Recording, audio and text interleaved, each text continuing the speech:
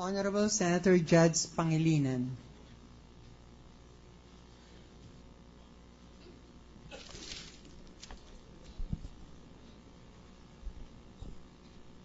Kagalang-galang ng mga kasamahan sa impeachment court. Mga kababayan, magandang hapon po sa kanilang lahat. Hindi dineklara ni Ginoong Corona ang daang milyong piso at dolyar na mga account. Hindi niya idineklara taon-taon ang mga milyon-milyong pisong pag-aari ng mga condo units. Ang hindi pagdeklara ng makatotohanang SALN taon-taon sa loob ng halos isang dekada ay dishonesty at isang culpable violation of the Constitution. Ano po ang ebidensya? Nariyan ang salaysay ng PS Bank President, ng Ombudsman, at ni Ginoong Corona mismo. 22 million ang sinabi niya sa SALN niya, ngunit halos 200 million cash ang hawak niya. Ito ba ay minor na kakulangan lamang? Dapat bang daang bilyon ang hindi idineklara para maging mabigat ang kaso? At kung sa malinis na paraan nakuha ang mga ito, ano ang masama na ideklara niya lahat? Dahil wala naman siyang itinatago. Di dapat ikaila kung walang tinatagong masama. Base sa ebidensya, maliwanag na nagkaroon ng sistematikong pagtatago ng ari-arian, sistematikong pagtatakip sa tunay na halaga ng mga ito. It pains me as a lawyer and an officer of the court to say that clearly the Chief Justice displayed a disturbing pattern of dishonesty, willful concealment, and evasion, and a blatant and wanton disregard of the provisions of the Constitution on the statements of assets, liabilities, and net worth. Sa paglilitis na ito, nakita rin natin ang pagkatao ni Chief Justice. Siya ba ay dapat pa natin pagkatiwalaan? Kung hindi po natin i-convict si Ginoong Corona, sabi po ni Speaker Belmonte, 6 na taon pa siyang uupo bilang Chief Justice.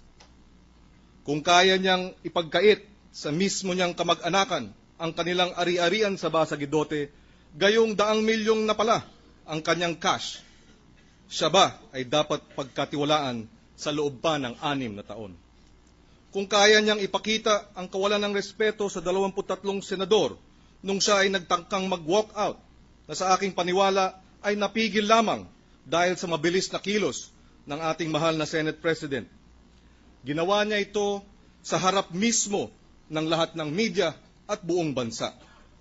Paano kaya ang pagtrato niya sa maliliit nating mga kababayan na hindi mga senador na dumudulog sa kanyang tanggapan? Siya ba ay mapagkakatiwalaan pa ba na rumispeto sa maliliit nating mga kababayan sa loob ng 6 na taon? Dapat po siya managot dahil siya po ay nagkasala. Tulad na lamang ng isang court interpreter sa Davao na sinibak mismo ng Korte Suprema dahil hindi niya iniligay sa kanyang SALN ang pag-aari niyang market stall sa palengke.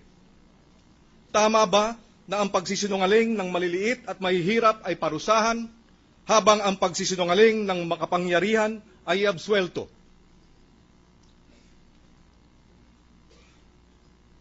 Ang pagsisinungaling ba ay impeachable offense? Si Chief Justice na mismo ang nagsabi sa kanyang talumpati sa harap ng Manila Overseas Press Club noong June 24, 2010 kung ano ang nararapat sa mga huwes na hindi tapat sa tungkulin. Sabi po ni Chief Justice, and I quote, "I believe that a member of the judiciary who is found guilty of dishonesty should not only be dismissed from the service, he should also be disbarred. No ifs or buts." Siya na po ang nagsabi na kapag ang isang huwes ay nagsisinungaling, Hindi lang ito dapat sibakin sa pwesto, dapat pa ho ito madisbar bilang abogado. Sa kanyang mga labi na mismo nanggaling na nararapat siyang makonvict at masibak sa pwesto. The vote to convict is a vote to defeat abuses and excesses in government. Ang boto ng conviction ay boto upang wakasin na ang pang-aabuso at pamamalabis ng mga opisyal ng ating bansa. We all want a better, more progressive nation. We all want our nation to reach developed nation status in our lifetimes. And yes, for our children. But critical to a modern state is an effective system of justice that has the trust and faith and confidence of our people.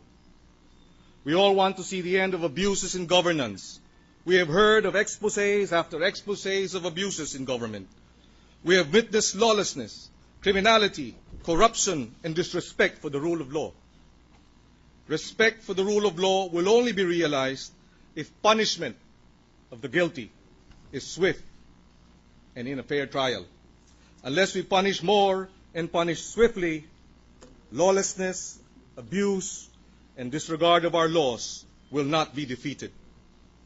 Those who wish to abuse their offices will continue to be emboldened to commit their nefarious activities. Only when we punish the guilty and punish them swiftly in a fair trial will respect for the rule of law be restored. No less than the Chief Justice has been accused of culpable violation of the Constitution. To convict him is to uphold the rule of law and will send the signal to the entire nation that the rule of law should be respected and it should strike fear in the hearts of all those who wish to violate our laws and disrespect our Constitution. For this reason, I find the Chief Justice guilty.